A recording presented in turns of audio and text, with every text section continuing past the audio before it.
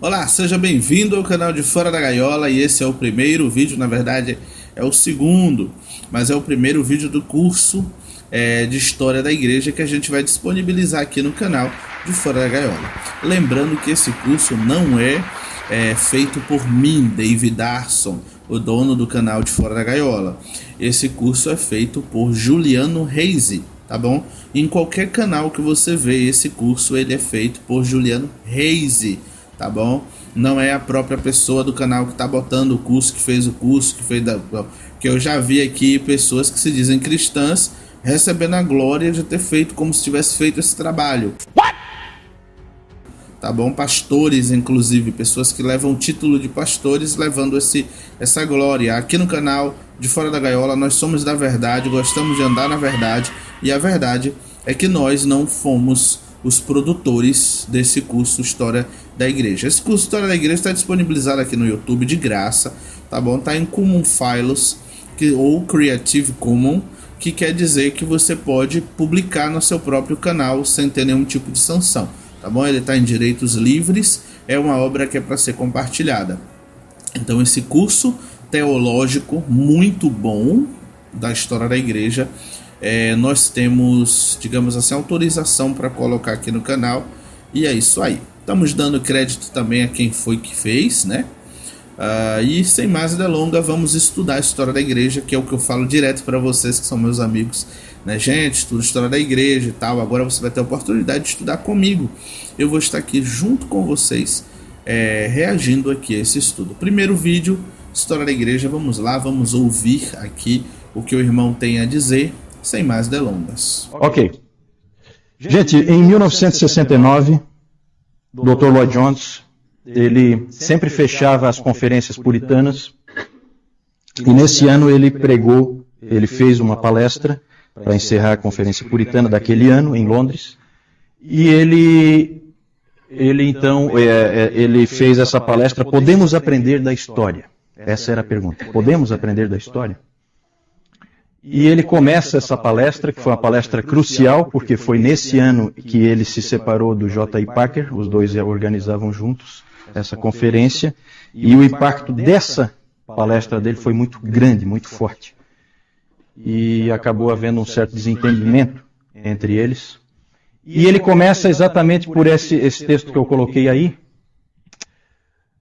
em que ele diz assim: talvez não exista nada que tenha denegrido tanto a glória de Deus como a história do seu povo na igreja. Já não animou muito, né? Por isso vou tratar desse assunto sobre aprender da história. O famoso dito de Hegel faz-nos lembrar que o que aprendemos da história é que não aprendemos nada da história. Ora, no que se refere ao mundo secular, essa é uma verdade plena e indubitável. A história da raça humana mostra isso claramente. A humanidade, em sua loucura e estupidez, sempre repete os mesmos erros. Não aprende e se nega a aprender. Mas não aceito isso como sendo próprio do cristão. O meu ponto de vista é que o cristão deve aprender da história. E por ser cristão, é seu dever fazer isso e deve animar-se a fazê-lo. Isso tudo indica que o cristão deve aprender da história. O meu argumento é que, para nós, é sempre essencial suplementar a nossa leitura teológica com a leitura da história da igreja. Senão, corremos o perigo de nos tornarmos abstratos, teóricos e acadêmicos em nossa visão da verdade. E, deixando de relacioná-la com os aspectos práticos da vida diária, logo estaremos em dificuldade. É interessante porque a história da igreja, conforme o Dr. Lloyd Jones falou aí, ela deve ser para o nosso ensino, ela deve trabalhar em nós, ela deve fazer um efeito sobre nós. Esse é um dos alvos nossos aqui, que cada um de nós seja impactado pelo estudo da história da igreja, que haja efeito sobre nós, que nós possamos sair da coisa abstrata teórica e possamos ver ali pessoas de carne e osso lutando com a verdade, que a gente possa se identificar naqueles homens e naquelas mulheres do passado que são irmãos nossos, só que em outro tempo, que passaram por lutas, que passaram por dificuldades, que tiveram que enfrentar grandes ameaças e ali a gente pode aprender muita coisa. E é isso que eu espero que a gente consiga. Que a gente não caia naquela atitude, né, daquela história que se conta, né, de uma mocinha que foi chamada a preparar um estudo sobre a história da igreja, e ela então muito preocupada em fazer o melhor possível, e ela ficou pensando, por onde começar? Por onde começar? E aí ela chegou à conclusão de que ela tinha que começar do começo. Tem que começar lá do início mesmo. Isso é o certo. E aí então no dia da apresentação ela pegou a folhinha dela e aí ela foi ler então o trabalho dela.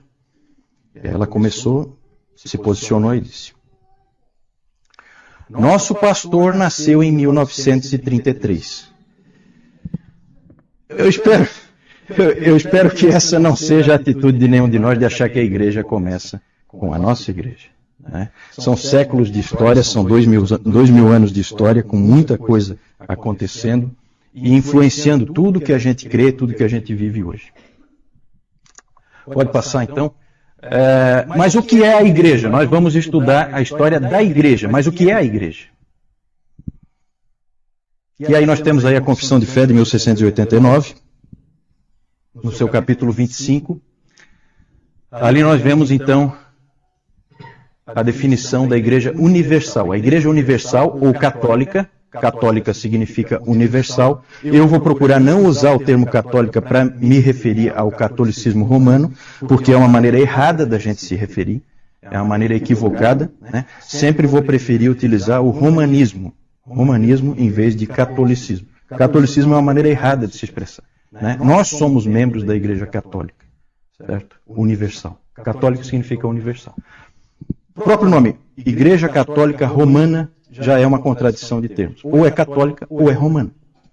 Certo? Então aí já é um problema. A Igreja Universal ou Católica, que com respeito à obra interna do Espírito e da verdade e da graça pode ser chamada invisível, consiste no número total dos eleitos que já foram, estão sendo ou ainda serão chamados em Cristo, o cabeça de todos. Essa história da Igreja Universal ou Invisível, nós não temos como estudar. Pausa, vamos dar uma pausa aqui para a gente comentar aqui algumas situações. Primeiro, na Confissão de Fé, né, de 1689, ele coloca a Igreja Universal ou Católica, explicando que a palavra católico significa universal, ou seja, a Igreja de Jesus, ela é católica, ela é universal. Eu sei que você protestante aí agora começou a se morder aí do outro lado sem entender direito, mas eu vou tentar explicar para você de maneira simples para que você entenda por que a igreja é católica, a igreja é universal. Gente, logo no início da igreja, lá em Atos, a visão que os apóstolos tinham era de que o evangelho era dos judeus, né? Primeiro Jesus veio para os judeus, veio para o que era seu, e os seus o rejeitaram, então ele deu o direito de todos se tornarem filhos de Deus, a saber, aqueles que creem no seu nome, né? Aqueles que depositaram fé em Jesus ganham o direito de se tornar filhos de Deus. Só que no início da igreja, quando Cristo morreu, ressuscitou, que ele subiu aos céus, que a igreja recebeu o Espírito Santo naquele dia de Pentecostes e passou a pregar o evangelho, todas as vezes que você vê dizer que a igreja viajou, que o apóstolo viajou para determinado lugar, para outros lugares lá, para a Grécia e tal, tenha em mente que eles estavam viajando para pregar para os judeus. No início da igreja, a igreja pensava da seguinte maneira: não, nós vamos pregar para o povo de Deus, nós vamos pregar para os judeus que estão tanto em Jerusalém como nos confins da terra. Eles não conseguiam assimilar a palavra de Jesus, que era para pregar para toda criatura. Na cabeça dele, ir de pregar o evangelho, né, até os confins da terra, era primeiro para os judeus. Depois que os judeus se convertessem, a igreja aí abriria a salvação para os gentios. Isso a gente consegue ver de maneira muito forte em Atos dos Apóstolos. Quando esse espírito vai ser quebrado? Quando Pedro, um belo de um dia, estava orando, né, no terraço da casa de uma pessoa, e de repente Deus dá a ele uma visão e diz: toma, mata e come. E ele diz: não como, pois imunda. E essa visão se repete 3 vezes. E depois daí chegam umas pessoas na porta da casa que ele estava, chamando ele para ir para a casa de uma pessoa, e ele vai porque o Espírito Santo disse a ele para ir. E quando ele chega lá, ele não foi sozinho, ele foi com uma comitiva, com mais alguns irmãos, e chegando lá era a casa de Cornélio, um gentio, um romano, com a família dele toda gentio, romano, que não eram judeus. E quando Pedro começou a pregar a palavra de Jesus Cristo, que ele falou do evangelho, da morte e ressurreição de Cristo, o Espírito Santo desceu sobre todos dentro de casa e eles começaram a falar em línguas. E Pedro pergunta para os que estavam com ele: o que está acontecendo? Deus está fazendo com os gentios a mesma coisa que está fazendo com nós judeus. Por que isso? Aí Pedro olha para os que estavam com ele e diz: olha, alguém pode negar a estas pessoas a água do batismo, sendo que o próprio Jesus já batizou com o Espírito Santo? E ali começa, né, inclusive teve um concílio em Jerusalém, né, as pessoas enquadraram Pedro, por que Pedro entrou na casa de um gentio para pregar o evangelho para o gentio. O tempo que Pedro estava pregando o evangelho para o gentio é para ele estar pregando o evangelho para outras pessoas, outros judeus que estariam precisando da palavra. Pedro vai e explica para a igreja que Deus não faz acepção de pessoas. Ele explica para a igreja que a salvação de Deus é para todos. E ali começa a ideia de pregar o evangelho também aos gentios. Tá entendendo? Até esse momento a igreja não era católica, ela não era universal, ela não tinha uma visão universal, ela tinha uma visão judaica. Ela visava salvar os judeus. Não era um evangelho para todos. Aí depois que Deus chama Paulo e o separa para ser apóstolo, o que Paulo faz no início do seu ministério? Vai pregar para os judeus. E se tivesse algum gentio próximo aos judeus, o evangelho chegava neles também. Mas a preferência de Paulo era pregar aos judeus. Ele saía de sinagoga em sinagoga. Quando que isso vai acabar? Quando Paulo é rejeitado de fato pelos judeus, ele vê a dificuldade, a cabeça dura dos judeus de receber o evangelho, ele aí vira e diz: eu a partir de hoje serei apóstolo dos gentios, não vou mais pregar o evangelho para os judeus, vou pregar o evangelho para os gentios, porque eles estão recebendo a palavra de bom grado e vocês estão aí com a cabeça dura, vocês que é o povo de Deus, que era para ser o povo de Deus, estão aí com a cabeça dura rejeitando Jesus. E aí Paulo se torna um apóstolo dos gentios. A igreja de Jesus Cristo vem receber o nome de católica. Eu suspeito que é lá em Atos 15, quando tem o concílio junto com Tiago, Paulo e o pessoal todos, os apóstolos todos reunidos, para saber que tipo de evangelho Paulo estava pregando por aí. Porque aquele concílio de Atos 15 nasce da dúvida do que Paulo estava pregando, do que estava acontecendo. Porque na mentalidade de Tiago ele não conseguia compreender o evangelho da graça pregado por Paulo. Na mentalidade de Tiago, Paulo estava pregando que uma vez salvo, salvo para sempre, e a pessoa podia pecar, que não perde a salvação, porque a salvação é pela graça, sem as obras da lei e tal. O evangelho de Paulo, como disse Pedro em sua epístola, era de difícil compreensão, não era todo mundo que compreendia o evangelho de Paulo, a maneira como Paulo expressava o evangelho. E aí, quando tem o concílio em Atos 15, ali nasce a igreja de Jesus Cristo católica. Mas não é a igreja católica apostólica romana. É a igreja com o sentido de que a salvação é para todos. A igreja que passou a pregar com a mesma força para os judeus e para os gentios. Pois até o momento tinha-se essa divisão, pregava-se mais para os judeus do que para os gentios. Os gentios era como aquela moça, né, que vai até Jesus pedir um milagre para a filha, e Jesus dá uma dura nela, e ela fala: mestre, os cachorrinhos comem das migalhas que caem da mesa. Até então o evangelho era assim, migalhas para os gentios. até que o Espírito Santo abriu a mente da igreja e disse: olha, a igreja de Jesus é católica, é universal, é para todas as pessoas. A igreja de Jesus, trazendo para os nossos dias, ela é internacional. Eu acho que a palavra universal aí fica um pouco fora da nossa realidade hoje, mas é minha opinião, tá bom? Eu acho que o mais coerente para que todos possam entender do que se trata é dizer que a Igreja de Jesus Cristo é internacional. Ela não tem nacionalidade, ela é para todo mundo, para todas as nações. É isso que significa dizer que a igreja é católica, que a igreja é universal. Tá bom? Vamos dar seguimento aqui ao nosso estudo. Era só isso que eu queria comentar. Porque ela é invisível, nós não temos como fazer uma análise dela. Nós vamos fazer uma análise da igreja visível, com todos os problemas que ela tem.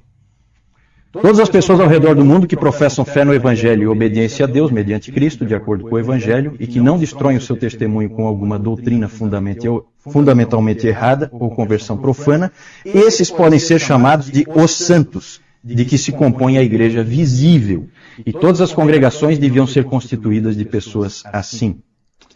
Mesmo as igrejas mais puras sobre a terra estão sujeitas a erros doutrinários e a comprometimentos. Isso é muito importante, vai aparecer o tempo inteiro. Correto.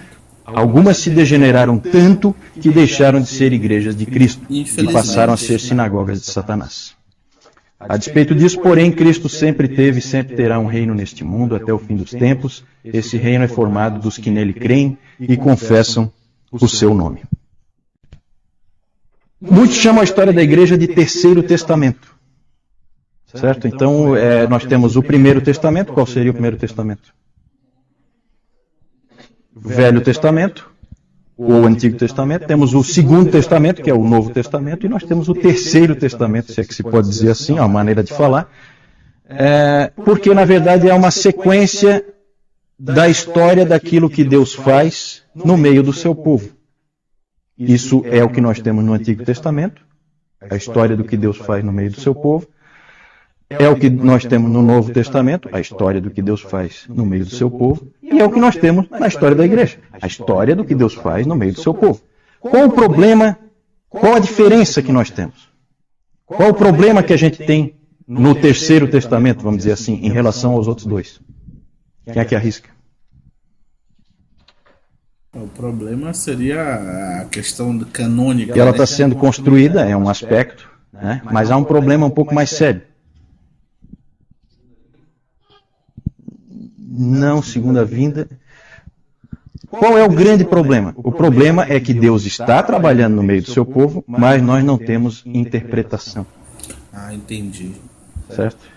Nós não sabemos o que ele está fazendo. Diferente do Velho Testamento, do Novo Testamento, em que vai ser dito o que Deus está fazendo. E aqui não, aqui isso já é um dificultador. Nós vamos começar a falar dos dificultadores da história da igreja. Pode passar. Então vamos lá, dificultadores. Um é esse aí. Nós não sabemos o que Deus está fazendo e por que ele está fazendo. Não fazemos a menor ideia. Muitas coisas vão nos deixar perplexos muitas vezes. Muitas vezes. Outro dificultador, nós sempre estaremos sendo seletivos. Eu nunca vou estar falando de toda a história da igreja. Eu sempre vou estar falando de coisas que foram registradas. Quantas coisas aconteceram que não foram registradas? Nós vamos dizer, não, esse aqui foi o maior homem de Deus daquela época. Mas eu só sei que ele foi o maior porque alguém escreveu sobre ele ou ele mesmo escreveu. Se não tivesse escrito, eu não saberia. Certo? Então, a gente sempre vai estar selecionando, a gente sempre vai estar deixando coisas de fora. Que mais? Há momentos em que coisas boas ocorrem em meio ao erro. Essa aí é uma das mais difíceis. Né? Separar o que é bom do que é ruim. Dizer, ó, isso aqui é bom, isso aqui é ruim. Fazer essa definição é muito difícil. É difícil separar as coisas. Então vamos tentar. Vamos lá. Recompensas do estudo da história da igreja. A glória de Deus, Deus é glorificado quando a gente estuda a história da igreja, porque a gente vê que Deus a qualquer momento intervém, a qualquer momento ele resolve o que os homens estragaram. Nós crescemos porque eu sempre achei que a história da igreja produz uma profunda humildade, um profundo temor de Deus. porque é muita presunção você achar que você é melhor do que qualquer irmão dessas outras épocas. E é para o bem da igreja, como o Dr. Lloyd Jones falou. Se a gente não aprende com a história da igreja, a gente acaba repetindo os mesmos erros, a gente acaba se tornando teórico, acaba imaginando coisas impossíveis para a igreja, coisas que não vão se concretizar, que não são realidade. Então, esse estudo é para o bem da igreja também. Vamos lá. Esse aí é o nosso texto-chave na palavra. Porque em meio àquilo que o Lloyd Jones falou, que nada denigre mais a glória de Deus do que a história da sua igreja. É triste isso, né? Em meio a isso, nós vamos ter sempre em mente esse texto de Isaías 40, versículo 8. Seca-se a erva, cai a sua flor, mas a palavra de nosso Deus permanece eternamente. Uma coisa que a gente vai ver sempre, gente, que vai ficar bem evidente, é que a igreja vai errando, a igreja vai falhando, mas há uma âncora presente o tempo inteiro, que vai trazer de volta a igreja, mais cedo ou mais tarde, porque Deus vai jogar pessoas de volta para ela, que é a palavra de Deus. É na palavra de Deus que a igreja se conserta. Vamos lá. Isso aí é tirado do nosso caderninho lá do CTB. A proposta é apresentar um panorama dos principais movimentos políticos, culturais, religiosos e doutrinários que influenciaram o desenvolvimento da igreja através dos séculos. Pode passar. O programa é estudar os eventos importantes e principais movimentos que impactaram a igreja através da história, apresentar os principais personagens-chave da história da igreja, analisar os desvios doutrinários e suas consequências na vida e no desenvolvimento da igreja. Joia, pode passar. As fontes aí, esse aí é o David Calhoun, que eu falei antes, né? Professor lá do Covenant Theological Seminary. Ele tem 72 aulas, então. Não sei como é que nós vamos conseguir colocar isso aí em 8, mas vamos tentar. Isso aí em 2 semestres, né? É claro que nós vamos ter que ser mais seletivos do que ele já foi. Mas o trabalho dele é fantástico e eu vou plagiar ele direto, tá? Eu não sei se eu vou ser processado, se eu vou ser preso. Qualquer coisa, o João vai preso, porque o João é que é o presidente da igreja. Então, eu estou tranquilo. Ele como bom admirador dos puritanos, ele não vai se incomodar muito que eu vou plagiar ele, porque, como o J.I. Packer disse, os puritanos se plagiavam o tempo inteiro. Eles não tinham preocupação com isso. O que é bom deve ser repercutido. Não deve ser, copyright, não sei o que, direitos autorais. Não tem isso aí. Quero dar uma pausa aqui para comentar essa questão aqui que ele falou e voltar um pouco para comentar um ponto que eu não falei a respeito dos erros na igreja. Veja só a postura que ele tem. Ele comentou aqui sobre os puritanos, falando que eles não se preocupavam com essa questão de plágio, de copiar e colar, de divulgação da obra. Por que eles não se preocupavam? Porque quanto mais divulgar a obra de Cristo, melhor. A mesma postura ele tem, né, esse Juliano Reis tem, em relação a essa obra que ele fez. O cara faz um curso, um monte de gente pegou no YouTube, sem autorização dele, inclusive, saiu postando e até hoje ele nunca pediu nada, nunca reivindicou nada. E tá seguindo o modelo, né, dos puritanos. Para ele, quanto mais divulgar, melhor. Então eu tô aqui também fazendo a minha parte e comentando essas questões. Mas voltando a um pouco no que ele estava falando, vocês perceberam que quando se trata da igreja física, né, da igreja enquanto instituição, da igreja enquanto templo, da igreja enquanto organização, ela sempre vai ter problemas, sempre vai ter um momento em que a denominação, hoje nós podemos chamar de denominação, mas naquela época não tinha, né? Em que a denominação vai dar uma desviada, vai ter momentos em que a igreja, quanto instituição, vai ter seus erros, vai tropeçar, mas Deus sempre vai restaurar a adoração no meio do seu povo por meio de uma coisa que não passa, de uma coisa que passa os céus e a terra, mas a palavra dele não passa.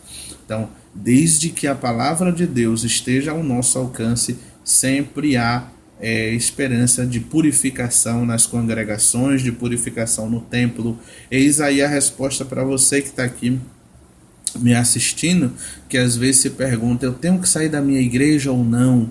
A resposta para você Talvez Deus queira que você fique lá e você faça a diferença naquele lugar. Talvez Deus use você e a pregação da palavra dele na sua boca no tempo dele para modificar algumas coisas naquele lugar que você tem notado que não está tão correto assim. Então o conselho que eu lhe daria é: não saia da sua congregação de maneira apressada. Saia se Deus tiver um propósito para você fora, beleza? Caso contrário, permaneça lá, porque nós precisamos congregar. Mesmo com todos os defeitos que as congregações têm, é necessário a gente congregar. Aí, para quem conhece o canal de Fora da Gaiola, sabe que eu não congrego em uma igreja, em uma instituição religiosa. Eu congrego na sala da minha casa. Mas olha como eu estou falando, eu congrego. Junta eu, minha mãe, minha esposa, minha filha, minha família, e nós adoramos a Deus, pelo menos umas 3 a 4 vezes na semana. Nós nos reunimos e adoramos o Criador do Universo. É sempre pautado na Escritura Sagrada e tendo como referência, com certeza, a história da igreja. Aqui em casa sempre funciona desse jeito, beleza? Eu vou emendando nesse primeiro vídeo, eu já vou emendar o segundo vídeo aqui para a gente continuar o nosso estudo, beleza? Eu vou pular aqui esse finalzinho porque ele só está falando aqui sobre o assunto que ele vai dar, tá bom? Uma frase aí para a gente iniciar. Nós vamos começar falando do crescimento da igreja. Essa frase do John Grucci. Estes cristãos primitivos eram uma pequena minoria, frequentemente situada na periferia da vida pública, mas eles não consideravam a sua missão como um assunto privado. Era algo que tinha a ver com a transformação do mundo. E de fato eles transformaram o mundo. Onde que a gente vai começar? A gente vai começar onde o Novo Testamento termina. Certo? Nós vamos começar bem no estilo Terceiro Testamento. Então, terminou o Novo Testamento, nós não vamos falar do Novo Testamento, nós vamos direto para o que aconteceu depois. Os sucessores dos apóstolos vão assumir a igreja. E aí a coisa começa. E aí a igreja começa a crescer. Já começou a crescer com Paulo, evidentemente, mas ela continua crescendo. Que vai começar o curso, e é disso que nós vamos falar agora. Pode começar agora. Crescimento da igreja em 2 frentes. Primeiro com o judaísmo, isso ainda a gente vê no Novo Testamento, uma série de apóstolos indo para os judeus, e um apóstolo especificamente, que é quem? Paulo. Paulo vai para os gentios. Mas não foi só Paulo certo? Que ficou indo para os gentios. E começa a alcançar os gentios. Então essa expansão é em 2 frentes. Socialmente, o cristianismo começa atingindo principalmente os mais pobres, os mais humildes, as camadas mais inferiores da sociedade, mas sempre desde o início nós tivemos também pessoas com uma posição mais alta na sociedade. Isso sempre aconteceu e foi aumentando. Começou lá pelo ano 60, começou a entrar mais gente em postos mais elevados dentro do Império Romano. Começaram a se tornar cristãos também. Mas a gente sabe que sempre houve também pessoas mais ricas e mais bem posicionadas na sociedade desde o início. Tanto que o Clemente de Alexandria, ele fez uma pregação em que ele falava: que tipo de pessoa rica pode ser salva? Então essa também era uma aí a gente tem, deixa eu dar uma pausa aqui. Dos pais mostrando. Tá vendo que a gente fala demais? A gente critica tanto aquele Francisco de Assis, né, da Igreja Católica, e também o São João da Cruz, e também o outro que chama de Santo Casamenteiro, né, que é o Santo Antônio de Pádua. A gente critica tanto essa galera que falava da pobreza e tal, da importância de ser pobre, né, de que o evangélico cristão ele tem que seguir a Jesus, os passos de Jesus. Jesus não tinha um teto para reclinar a cabeça, então o cristão tem que seguir também. A gente critica tanto essas pessoas que tiveram essa visão de cristianismo, mas essa visão de cristianismo é antiga, tão antiga quanto a igreja. Tá bom? Sempre teve pessoas dentro da igreja com algumas visões extremistas de todos os lados. Por isso que eu digo, quanto mais eu estudo a história da igreja, mais compreensivo eu fico com os meus irmãos que pensam diferente de mim. Mais tolerante eu me torno, mais humano eu me torno e, consequentemente, mais misericordioso e mais amoroso. Tá bom? Sempre vai ter alguém que tem uma visão um pouco mais extremista. Agora, ele tem aquela visão extremista do nada? Não, ele tem algum fundamento. Tanto é assim que quando a gente conversa com alguém que pensa diferente da gente, o que é que ele faz? Procura logo 2, 3, 4 textos bíblicos para mostrar que a maneira que ele pensa daquele respeito tem um fundamento bíblico, e de fato tem algum fundamento bíblico. Então o que acontece? Às vezes é só ponto de vista diferente. No início da igreja tinha esses escritores que acreditavam que a pessoa que tivesse condição financeira não ia ser salva, né? Mas Jesus nunca falou que o rico não vai ser salvo. Ele disse que é difícil. Ele não falou que não seria, tá bom? Os exageros. Por isso que ele começou falando o curso aqui, ele começou dizendo que a igreja sempre tem, né, erros e acertos. E a igreja é formada de seres humanos, né? As instituições religiosas, o convívio cristão, por mais que todos nós tenhamos o Espírito Santo, é formado de seres humanos que têm mente e que pensa, né? Vamos dar seguimento. Tudo isso. Geograficamente, quero mostrar geograficamente. Pode passar, Cisco, que eu quero mostrar no mapa. Esse mapa está ruim de ver aí, que só vendo. Mas aqui em vermelho nós temos as áreas atingidas pelo cristianismo no primeiro século. Ainda no primeiro século. Onde o cristianismo já tinha se espalhado no primeiro século. São as áreas em vermelho. Aqui fica Israel, né? Aí nós temos aqui a Ásia Menor. Aqui nós temos a Caia, né? A Grécia, aqui Corinto. Nós temos aqui Roma. E essa linha que aparece aí fora são os limites do Império Romano. Então vocês vejam que o cristianismo cresce dentro do Império Romano, num primeiro momento. Em amarelo nós temos o crescimento dele, o estágio em que ele já tinha chegado, o cristianismo, no ano 185. 185, que século é? Como é que vocês estão de história aí? Que século é? Primeiro? Segundo, né? Sempre pensem assim. Sempre quando fala século segundo são os anos 100 e pouco. Fala em século terceiro são os anos 200 e pouco.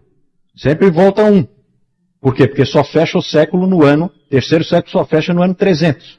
Então fala assim, segundo século são aqueles anos 101, 102, 103, 104 e assim por diante. Tá? Então no ano 185 vejam que já tinha se espalhado muito, já tinha atingido aqui o Egito, já tinha atingido todo o norte da África, aqui regiões do norte da África, e tinha ido longe, longe, longe, tinha ido até lá na Gália, onde é a França hoje, né? Tinha chegado lá em cima, onde hoje é a Alemanha, da cidade de Colônia, já tinha chegado o Evangelho, e também lá na Espanha. Lembram que Paulo queria ir para a Espanha? Nós não sabemos se ele realmente chegou aí, mas alguém chegou. Alguém chegou lá. Alguém levou o Evangelho lá. Então é impressionante como vai crescendo, vai se espalhando, vai indo para todos os lugares do Império Romano. Vejam bem que o cristianismo, a gente às vezes pensa assim, não, o cristianismo começou ali na Judéia e aí depois ele foi para a Europa. Não é bem assim, gente. O que é marcante aí em termos de geografia?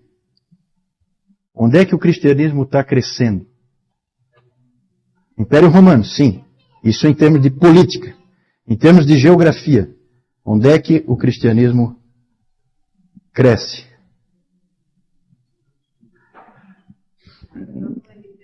Exatamente, dona Carla. É isso aí mesmo. Mar Mediterrâneo. Essa é a chave. Certo? Por quê? Porque está cheio de cristãos aqui na África. Um monte de coisas que a gente vai ver, um monte de pais da igreja, são africanos. Aí alguém fala assim, mas Agostinho é africano. Né? Aí você fica pensando, né? Africano, uma pessoa de cor negra,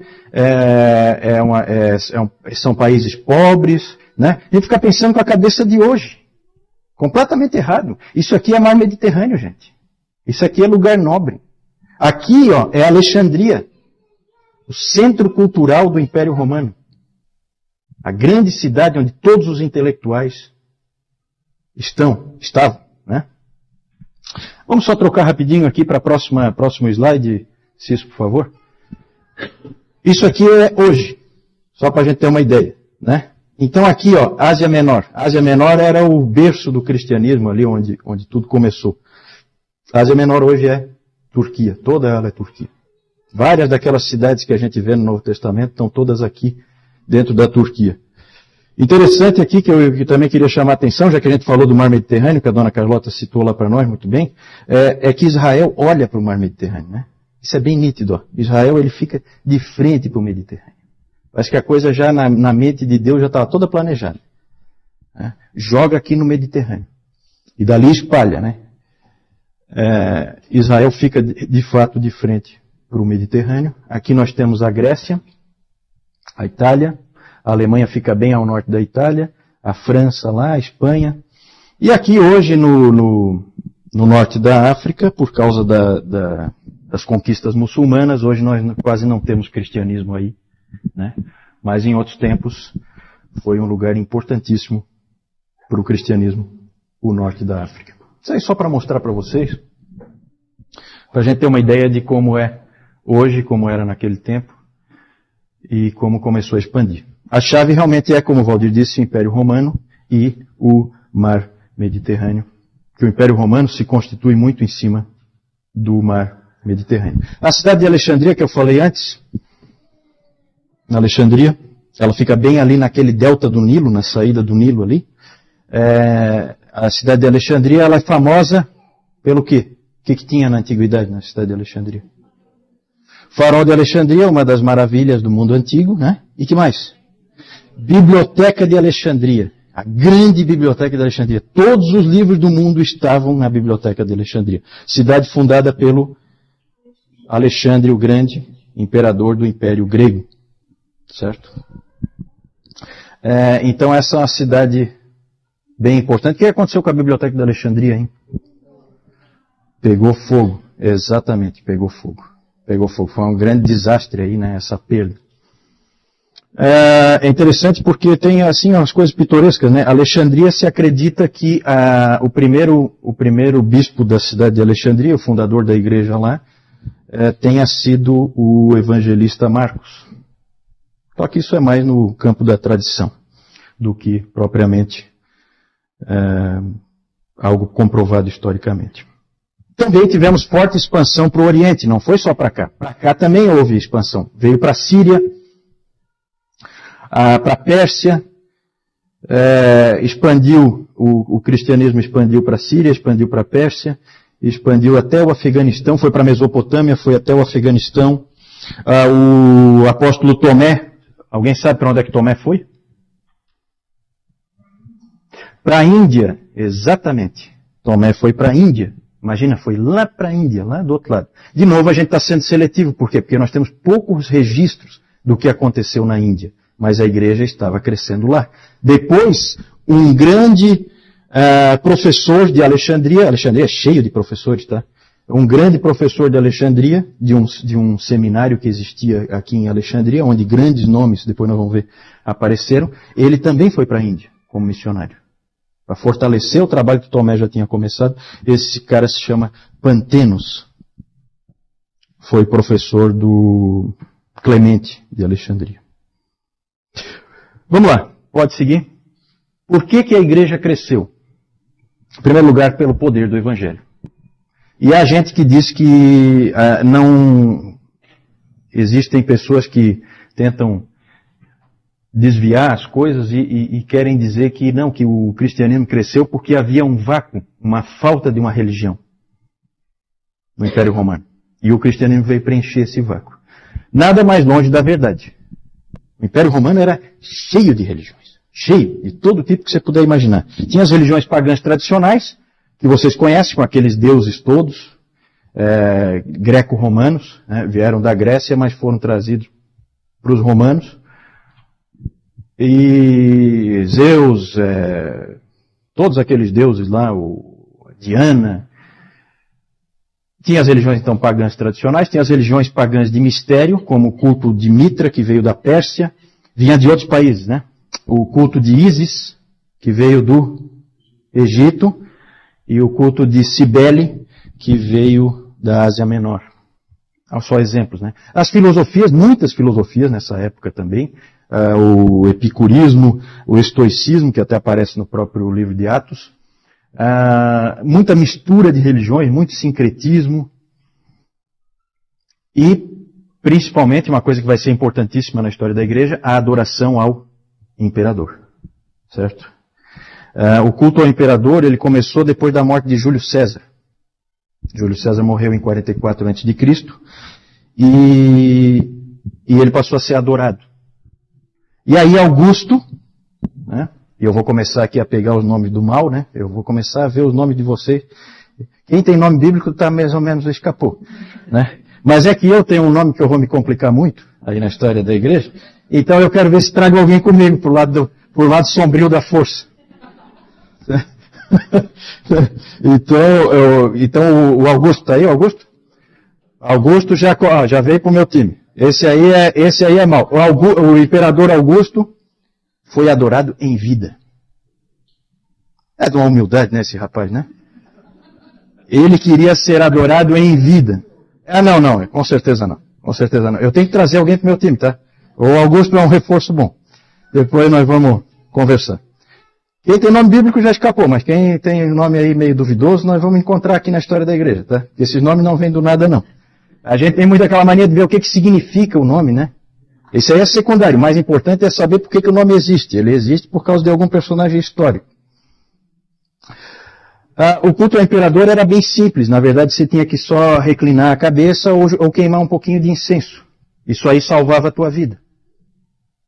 Salvava a tua vida. Só que a gente sabe que, depois nós vamos ver, as pessoas preferiam morrer. Naquela época podia-se crer em qualquer religião. Não tinha problema nenhum. Alguém, inclusive, disse que nessa época todas as religiões eram consideradas pelo povo como igualmente verdadeiras, pelos filósofos como igualmente falsas e pelas autoridades como igualmente úteis. Certo? Parece com hoje em dia, né? É mais ou menos a mesma coisa. Né? Nada de novo debaixo do sol. Só que o cristianismo gerou um problema. Acho que pode passar aí. Ele gerou um problema por causa do seu exclusivismo. Os cristãos começaram a ser perseguidos não por serem cristãos, mas por serem cristãos apenas. Certo? Esse era o problema. O problema é você ser só cristão. Isso é inadmissível. Você pode ter toda a religião que for, não tem problema nenhum. O Império Romano aceita, não tem crise. Os judeus também tinham essa característica. Só que os judeus eram isentos de adoração ao imperador, por motivos que eu não vou entrar agora, mas que tem a ver basicamente pelo fato de ser um Estado organizado e Roma tinha uma preocupação em manter o que ela chamava de paz romana. E os cristãos não ganharam essa isenção. Ficaram numa situação difícil. Vamos lá.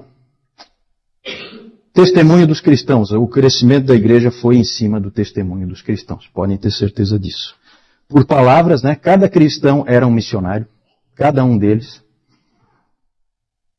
Alguém disse que eles eram assim um coração cheio de amor incendiando um outro coração. Era assim que eles funcionavam, era assim que eles viviam. Os mercadores levavam o evangelho de cidade em cidade, de feira em feira. Os soldados levavam o evangelho de posto em posto. E assim a coisa ia migrando. Eles então testemunhavam por palavras, eles testemunhavam pelos seus atos, porque eram pessoas extremamente boas, que faziam o bem e impressionavam as pessoas por isso, porque isso não era comum naquele tempo, não era tempo do politicamente correto, nada disso. Cada um por si, Deus por todos. E eles eram diferentes. Eles cuidavam dos pobres, eles cuidavam dos doentes, eles cuidavam dos encarcerados, eles cuidavam dos órfãos, eles cuidavam das viúvas, eles ajuntavam as crianças que tinham sido jogadas na sarjeta, eles faziam todas essas coisas e eles impressionavam aos outros por isso. E eles se amavam a ponto de dar a vida uns pelos outros. Um dava a vida, o outro ia junto com ele. Então isso tudo impressionava, isso tudo afetava. E principalmente eles testemunharam também pela morte. Tertuliano disse aquela famosa frase bem conhecida, que o sangue dos mártires é a semente da igreja. Podemos passar para o próximo aí. Eu acho que agora nós temos algumas figurinhas aí. O João vai só apresentar para vocês. Já que eu tenho o risco de ser preso, então vou ser preso por algum motivo. Aqui nós vemos aqui São as estradas que eram construídas. Bom, pessoal, eu vou diminuir aqui o volume e vou deixar passando aí. Ele vai falar sobre as estradas romanas, ou seja, uma das coisas que ajudou no crescimento da igreja, na pregação do evangelho, foi as construções das estradas romanas. O Império Romano construiu estrada por onde passou, porque era uma, digamos assim, prioridade do Império Romano ter estradas para a guerra. Se você tem estradas, por isso que surge o ditado, né? Todos os caminhos levam a Roma. É por causa dessa questão. Roma criou estrada pavimentada para que, caso alguma área do Império fosse atacada, eles tinham locomoção do seu exército de maneira muito rápida, muito breve.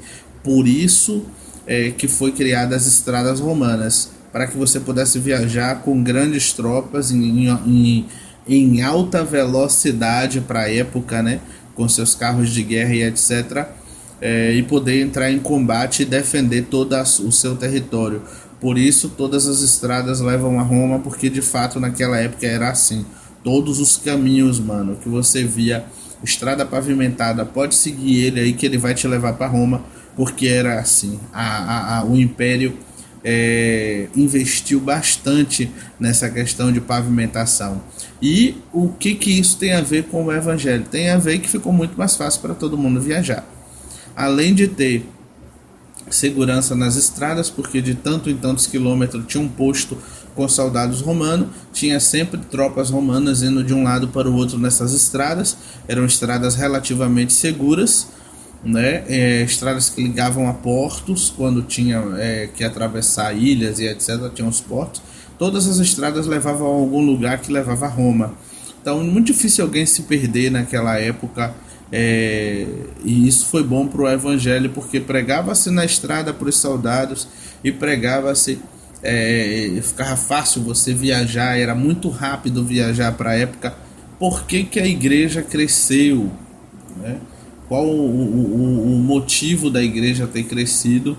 Em primeiro lugar, o poder do evangelho, o poder de Deus, e em segundo lugar, toda a estrutura que Deus organizou na terra através do Império Romano. Como ele falou acertadamente, Israel fica no mar Mediterrâneo, de frente para o mar Mediterrâneo, ou seja, o mundo, a civilização da época estava toda ali. Da Europa é mais fácil ir para a África, é mais fácil vir para cá, para a América do Sul, para as Américas, vamos falar assim. Era um lugar estratégico para que se difundisse o evangelho para todos os lugares. Parece que tudo foi planejado, dá a impressão de que tudo foi feito com muito carinho, com muita atenção por parte de Deus. E a gente sabe que foi feito assim mesmo. Como diz a Escritura, Jesus é o Cordeiro de Deus que foi morto antes da fundação do mundo, né, pelos nossos pecados. Antes da fundação do mundo, Deus já estava pensando na redenção da humanidade, antes mesmo que Adão e Eva cometessem qualquer pecado.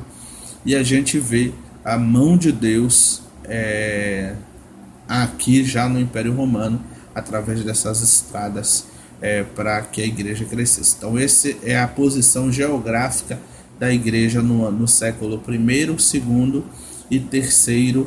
A igreja estava ali na região da Europa, África, Ásia, tá entendendo? Por aquela região ali. A igreja começou ali, começou a se expandir e hoje chegou a quase todos os países do planeta. Tem uma igrejinha louvando ao Senhor Jesus Cristo. Ficando por aqui, já é 00:35.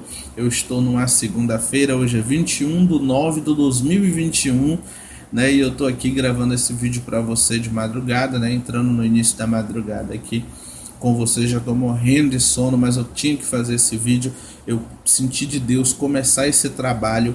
Eu não vou parar só no estudo da igreja, eu vou ler junto com vocês História Eclesiástica, o livro de Enoque, o Evangelho de Maria Madalena, ou seja, livros gnósticos, livros apócrifos, livros pseudepígrafos, livros judaicos e etc. A gente vai ler de tudo aqui no canal e explicar, se Deus me permitir, por que o gnosticismo não é uma boa, por que determinada visão sobre o cristianismo não é legal, por que o evangelho de Judas Iscariotes não é bom para a igreja, por que o evangelho de Maria Madalena não existiu de verdade, é uma ficção. A gente vai estar falando sobre todas essas coisas no decorrer